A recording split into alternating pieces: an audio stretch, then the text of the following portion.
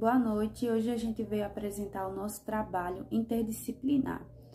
Então, o meu nome é Valéria dos Santos Espínola e o nosso grupo é composto por José Fernando Martins dos Santos e Andresa Kathleen Lima de Macedo Serpa. A nossa professora tutora externa é Luciene Lomertes de Aguiar.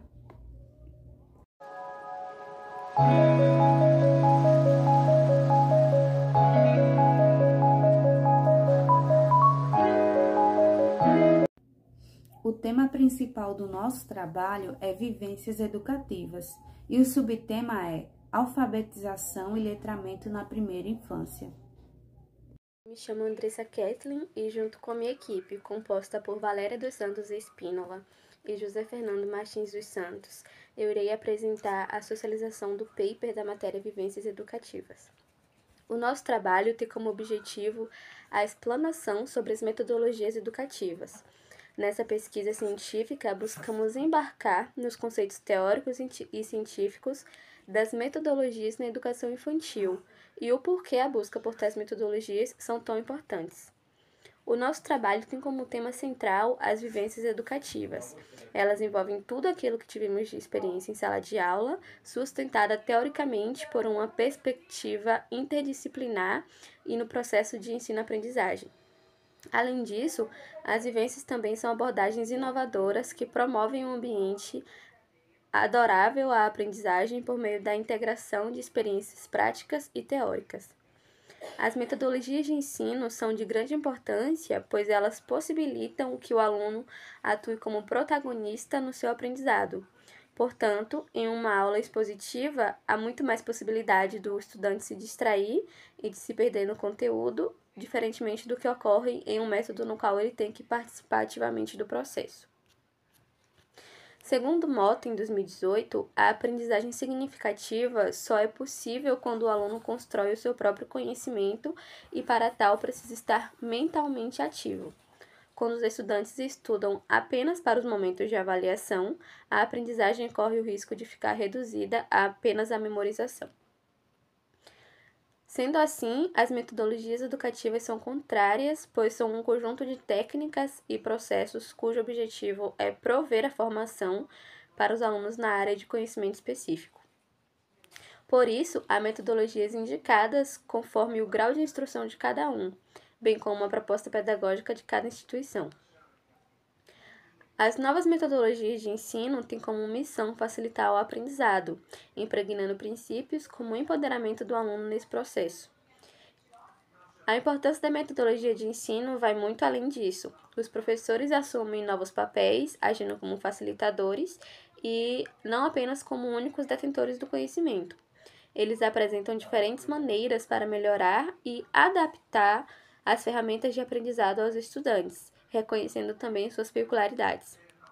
Fica mais simples, então, para o aluno elaborar a sua própria forma de reter conteúdo e de visualizar a explicação deles em problemas durante a rotina. Introdução.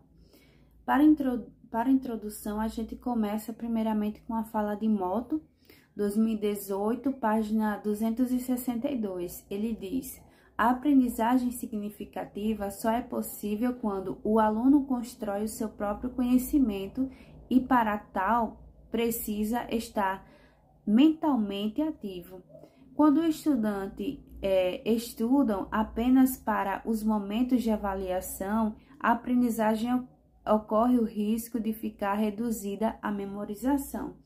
Então, a gente vê o risco de uma aula, né, sem metodologias. Ela se torna uma aula que serve só para a memorização e não para o aprendizado. Não é algo que realmente entra na mente dos alunos. Sendo assim, as metodologias educativas são contrárias, pois são um conjunto de teorias e processos cujo o objetivo é prover a formação para os alunos nas áreas de conhecimento específica. Por isso, a metodologia educativa, conforme o grau de instrução de cada aluno, é como uma proposta pedagógica de cada instituição. Ou seja, as metodologias educativas, elas não dependem só de que a gente aplique em sala de aula, mas ela depende também do grau de formação de cada aluno. Elas devem ser olhadas com cuidado, qual metodologia vai servir para cada aluno, né? Qual dificuldade cada um vai ter, e também depende muito da instituição de ensino, quais as metodologias que essa instituição ela trabalha. Também as novas metodologias de ensino, elas têm como missão facilitar o aprendizado. Então, é muito importante a gente analisar as novas metodologias que vêm surgindo para melhorar cada vez mais o aprendizado, ou seja, facilitar também. Empregando princípios como o empoderamento do aluno nesse processo. Em vez de simplesmente cumprir suas tarefas, a criança ela experimenta, né, participar também. Elas se tornam ativas, né, na sala de aula. Desse modo, tomam ciência sobre a relevância da sua participação para ampliar os saberes, assumindo mais responsabilidade nessa dinâmica. Mas a importância da metodologia de ensino vai além disso. Professores também assumem novos papéis, agindo como facilitadores, não como únicos detentores do conhecimento, como antes era, né? Agora, os professores, eles deixam um pouco mais livres para que os alunos, eles também participem desse processo. Eles apresentam diferentes maneiras para melhorar e adaptar as ferramentas de aprendizado aos estudantes, reconhecendo as suas peculiaridades. Fica mais simples, então, para os alunos elaborarem suas próprias formas de reter conteúdos e visualizarem a aplicação delas em problemas durante a rotina. Ou seja, fica mais fácil para as crianças elas poderem resolver pequenos problemas do dia a dia, de atividades. Quando elas participam ativamente, elas conseguem, ter autonomia nos estudos. Nesse sentido, as instituições e educadores que optam pelas novas metodologias de ensino apoiam o corpo docente para que haja como protagonista, reforçando um comportamento proativo na busca pelo aprendizado. Ficam de lado as ideias ingressadas sobre a simples transmissão do conhecimento e entram em foco as reflexões rumo ao compartilhamento dos saberes. Ou seja, quando um professor ele trabalha ativamente com metodologias usadas para cada aluno, ele faz com que aquele aluno ele mesmo desenvolva a vontade de querer participar nas aulas, de aprender e de compartilhar o conhecimento. Fundamentação teórica. Desenvolvida por Jean Piaget, a metodologia construtivista não toma como referência o professor. O aluno é o agente principal do seu processo de aprendizagem, ou seja, os alunos eles participam ativamente no seu próprio processo de aprendizagem e não só o professor. Os professores, no caso, eles atuam como facilitadores, ou seja, provendo os meios, conhecimentos e ferramentas necessárias para que os alunos desenvolvam o seu potencial. Por demandar um acompanhamento mais próximo, a metodologia de ensino construtivista, ela trabalha com turmas reduzidas, de modo que cada aluno seja orientado conforme as suas necessidades. A aprendizagem significativa só é possível quando o aluno ele constrói o seu próprio conhecimento e, para tal, precisa estar mentalmente ativo. Quando os estudantes estudam apenas para os momentos de avaliação, a aprendizagem corre o risco de ficar reduzida à memorização. Mota 2018, página 262. Como já foi citado antes, essa referência de Mota, ela deixa bem claro que os alunos, eles não podem ficar fazendo os estudos ou participar das aulas como se fossem só por obrigação, mas sim por prazer e vontade de querer aprender. Porque quando eles fazem isso, não fica só memorizado, mas é algo que fica para sempre, algo que fica guardado. Em seu argumento, Piaget ele confirma que as crianças constroem ativamente o seu conhecimento por meio da interação com o ambiente, que a aprendizagem é mais afetiva quando é significativa e envolve a resolução de problemas. Em suma, educar é adaptar o indivíduo ao meio social ambiente. Piaget 2010, página 152. Para Pádua, 2018, os estudantes sobre a construção do conhecimento e o desenvolvimento cognitivo de Piaget fornecem um arcabouço teórico importante para o desenvolvimento, as metodologias ativas. Nesse sentido, a Assunção de 2020 esclarece que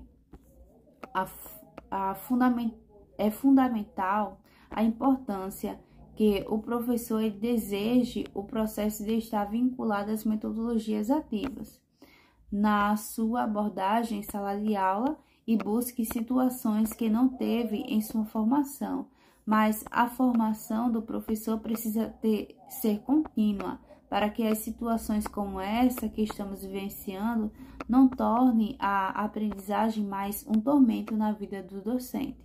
É preciso buscar atualização e inserir na formação pessoal nos elementos que possam fortalecer e dinamizar a maneira de aprender. Página 4. Então, nessa fala que a gente vê agora, que é de Assunção, a gente vê a importância do professor, ele sempre está buscando conhecimento e se atualizando. Porque quando o professor ele busca um conhecimento, ele não passa por problemas ou tormentos, como foi dito, né? Então, ele sempre está atualizado. Então, se torna mais fácil dele passar o conhecimento para os alunos e até usar boas metodologias educativas. De fato, Piaget ele argumenta que as crianças constroem ativamente seu conhecimento por meio da interação com o ambiente e com a aprendizagem que eles têm, e se torna mais afetiva quando é significativa e envolve a resolução dos problemas, como já foi citado. Então, quando as crianças elas se envolvem em sociedade, com os amigos ou professor, e elas se envolvem também com o ambiente em que elas vão, ou seja, a sala de aula, elas se tornam mais aptas para resolver problemas. Não só problemas físicos, né? Mas também problemas de atividades escolares. Então, a base das metodologias ativas, além da ideia de que os estudantes aprendem melhor quando colaborar com os colegas, é aplicar o que eles aprenderam em situações do mundo real. Assim, é de dentro desse cenário de importância e liderança do estudante que esta pesquisa encontra sua justificativa, ou seja, quais são as contribuições de Piaget que mais se harmonizam com as abordagens ativas, dentro de uma perspectiva construtivista. Materiais e métodos. Nesse sentido, para Piaget, o processo de conhecer caracteriza-se pela sua natureza de construção, ou seja, ativa. Esse processo construtivo de cunho cognitivo sobre o olhar piagetiano implica a existência de métodos ativos. Estes podem ser descritos como aqueles que conferem especial o relativo à pesquisa espontânea da criança ou do adolescente, exigindo-se toda a verdade a ser adquirida seja reinventada pelo aluno, ou pelo menos construída, e não simplesmente transmitida. Piaget, 1998, página 15. Piaget expõe muito claramente a expressão direito à educação e também coloca uma significativa ressalva Somente ter o direito à educação não basta. É importante e necessário que a educação tenha como fins o desenvolvimento pleno das funções cognitivas do sujeito pretendente.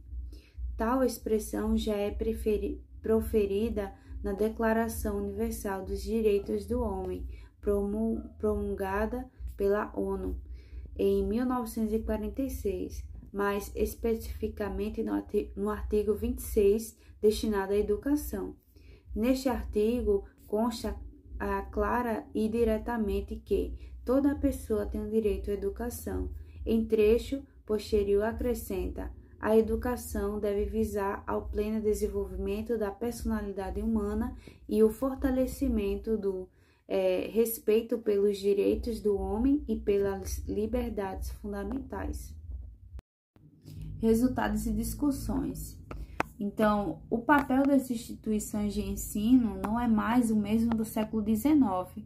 Hoje a gente vê que as sociedades elas experimentam, uma verdadeira revolução com a popularização da internet e dos smartphones.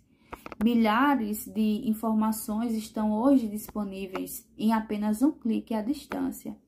Nesse novo cenário, o desafio ali reside, então, na busca de alternativas para se libertar da padronização e tornar o ensino